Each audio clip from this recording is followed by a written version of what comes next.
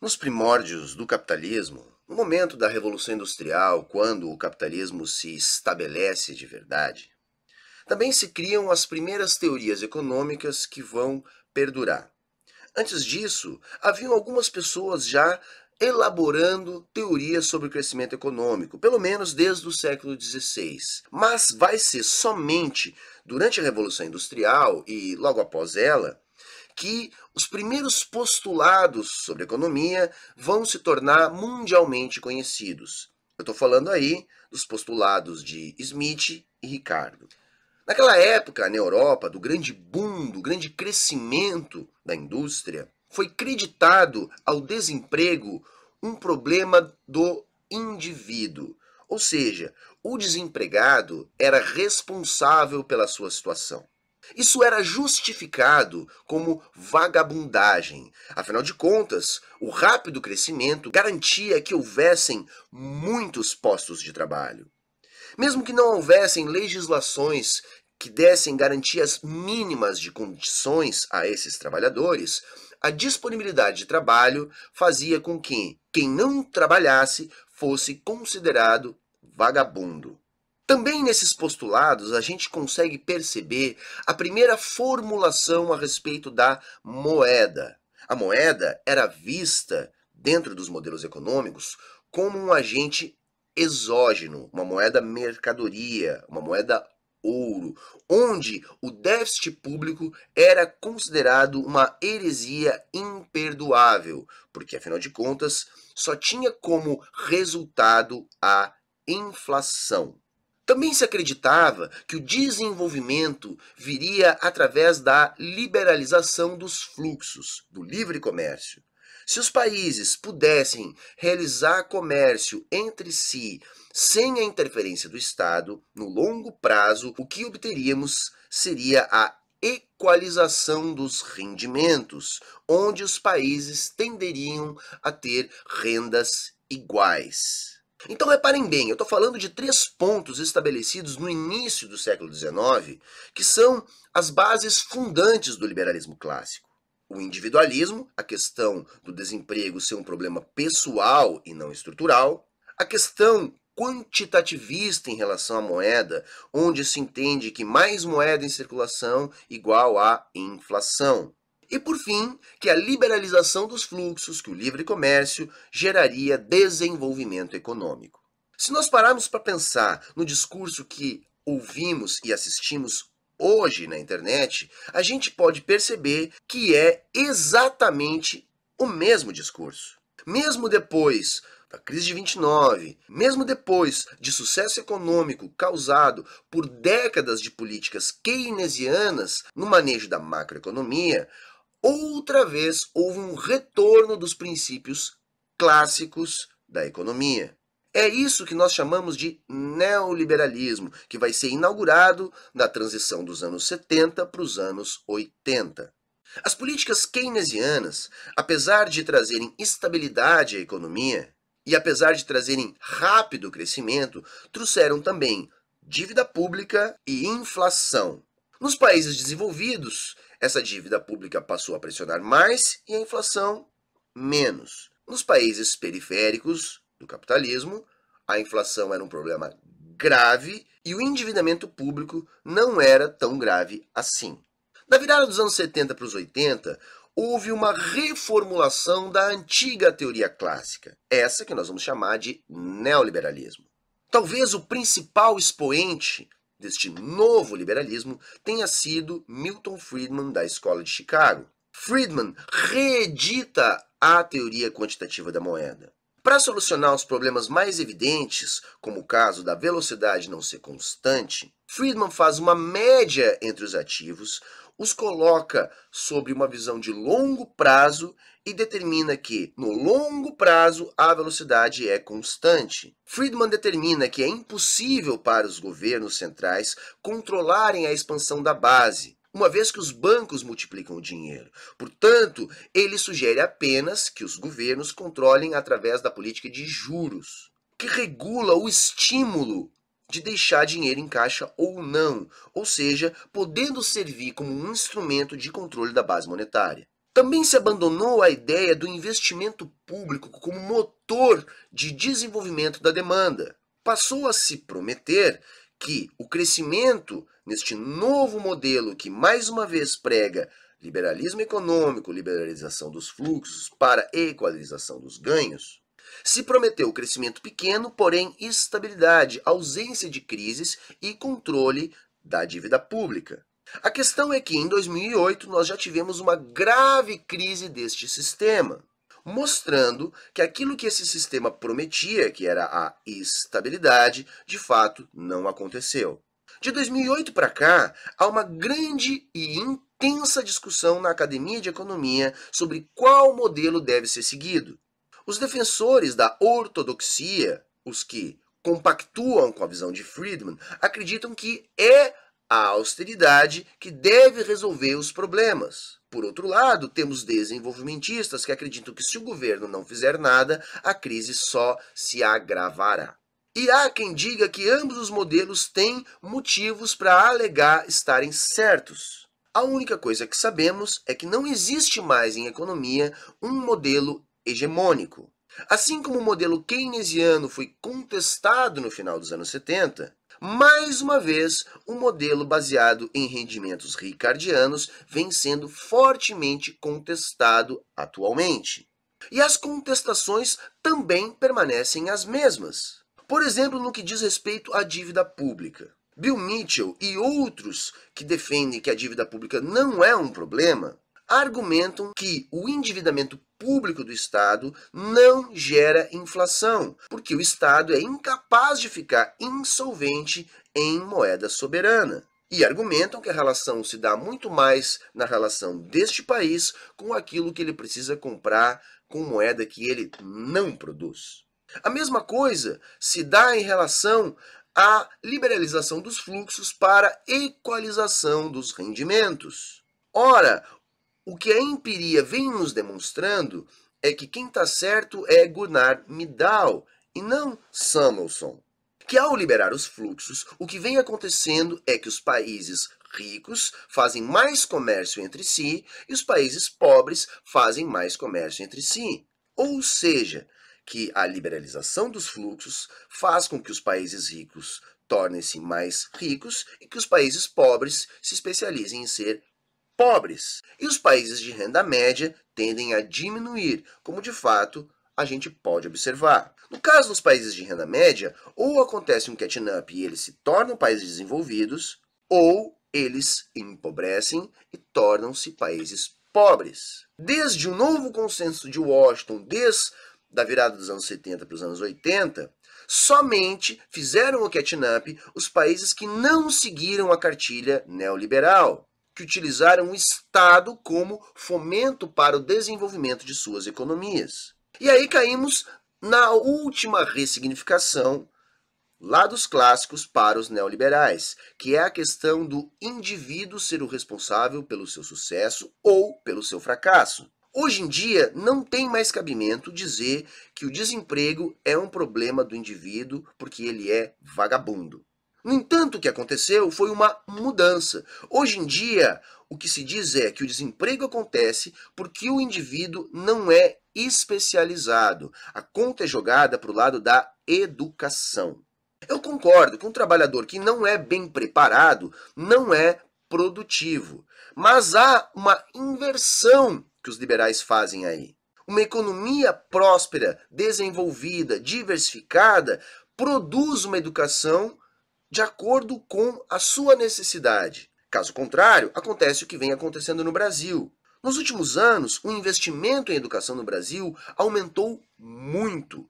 A educação superior brasileira pública é de altíssima qualidade e durante muitos anos o fato da nossa educação pública ser de altíssima qualidade no nível superior fez com que a nossa educação superior de nível privado também tenha se desenvolvido e também tenha atingido bons níveis de resultados. A questão é que o investimento na educação superior no Brasil não veio acompanhado de um projeto de mudança estrutural que desenvolvesse o setor de transformação.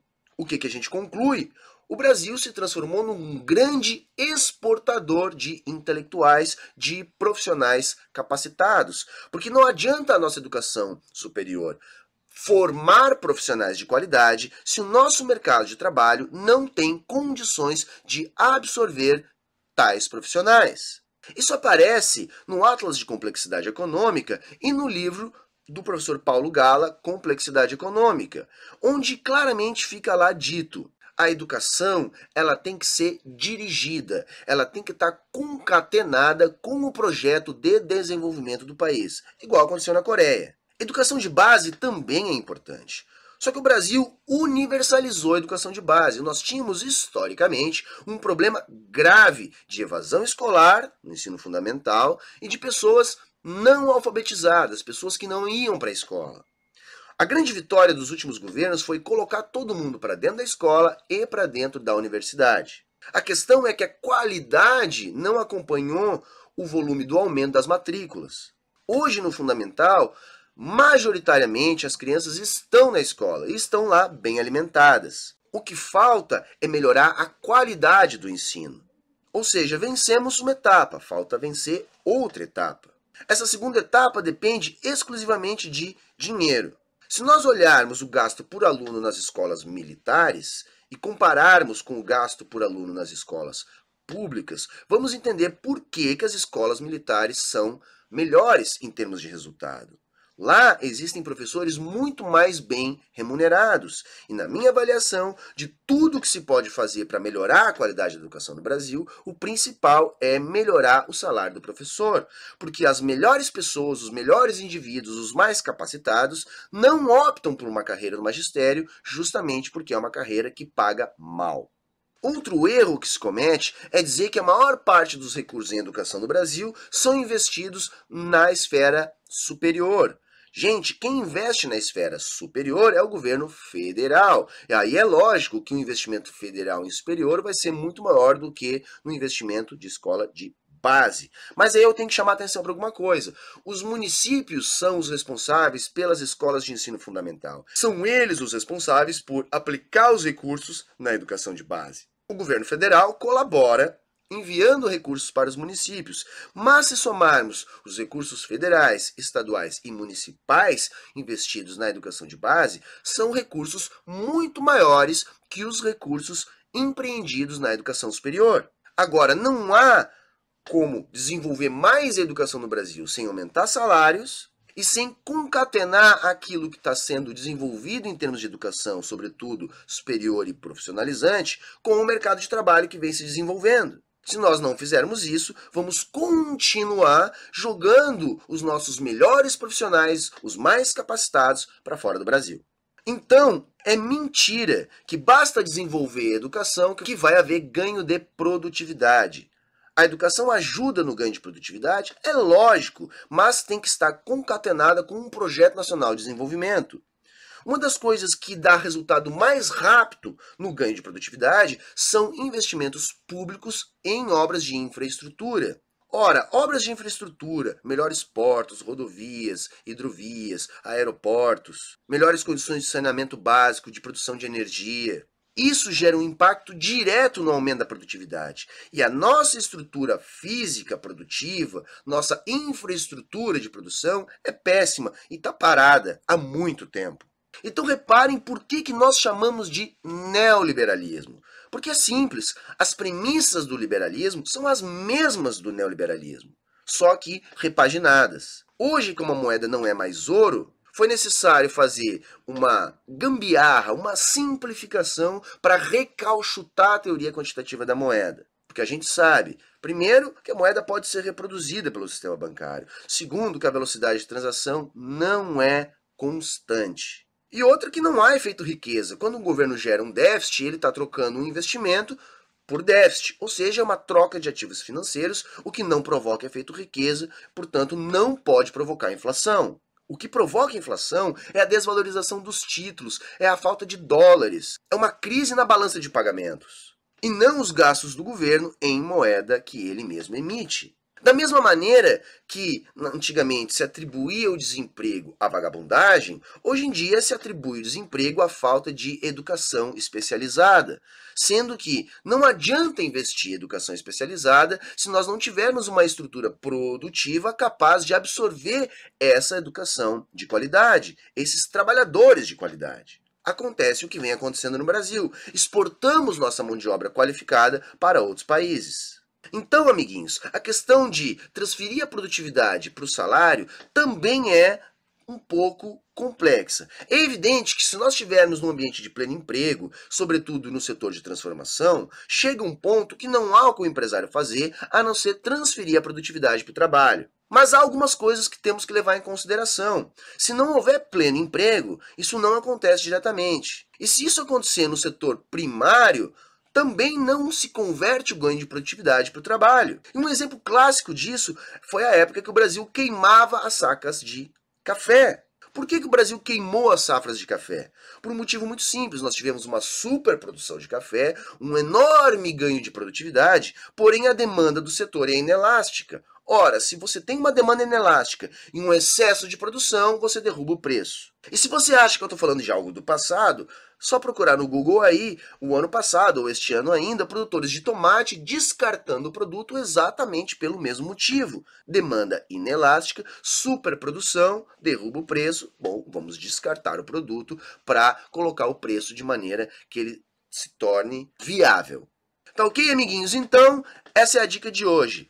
O liberalismo e o neoliberalismo são irmãos siameses. Mas por que neo? Bom, porque foi recalchutada as bases que dão fundamento para a teoria liberal. Liberalização dos fluxos para a equalização dos rendimentos, teoria quantitativa da moeda e problema de desemprego centrado no indivíduo. Mas como a gente viu, a moeda não se comporta de maneira quantitativa. Posso deixar linkado aqui embaixo alguns vídeos onde eu explico melhor isso. A liberalização dos fluxos torna os países ricos mais ricos e os pobres mais pobres. Também vai ficar linkado aqui embaixo o vídeo explicando isso. E o problema do desemprego é um problema estrutural do capitalismo, porque como que a gente pode ter, ao mesmo tempo, escassez, já que todo o capitalismo se baseia na ideia da escassez para as coisas terem preço, e ao mesmo tempo abundância de mão de obra? Ora, é necessário um certo nível de desemprego para forçar os salários para baixo e aumentarem os lucros das empresas. Portanto, educação por si só não resolve o problema do desemprego. Eu diria que investimento em infraestrutura é muito mais eficiente em aumentar a produtividade e resolver o desemprego do que educação por si só. O Brasil aumentou muito o volume de dinheiro investido em educação do final dos anos 90 para cá. Praticamente eliminamos o analfabetismo, mas os nossos índices ainda estão muito baixos em termos de resultado.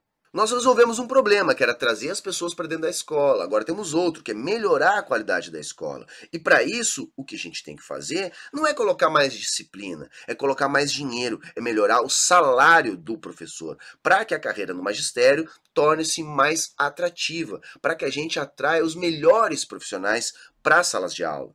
E, sobretudo, como fez Coreia do Sul, como está dito lá no Atlas de Complexidade, como foi repetido pelo professor Paulo Gala, como também é dito pelo professor Rainer na sua tese de doutorado, e como é dito por tantos outros. É uma estrutura produtiva qualificada que desenvolve um sistema educacional qualificado, e não o contrário. Por isso que a educação ela tem que ser dirigida para o mercado de trabalho que se busca desenvolver. Tá ok, moçada? Se você gostou desse vídeo, curte, compartilha com os amigos, divulga o Saia da Matrix para as pessoas acompanharem o nosso canal. E se você puder e quiser se tornar um dos nossos apoiadores, um dos nossos mecenas, é só acessar o nosso Apoia-se, que vai ficar linkado aqui na descrição, e doar a partir de R$ 2 mensais. São os nossos mecenas os responsáveis pelo nosso conteúdo. Sem eles, não haveria como o Saia da Matrix continuar no ar. Tá ok, moçada? Falou, valeu e até a próxima.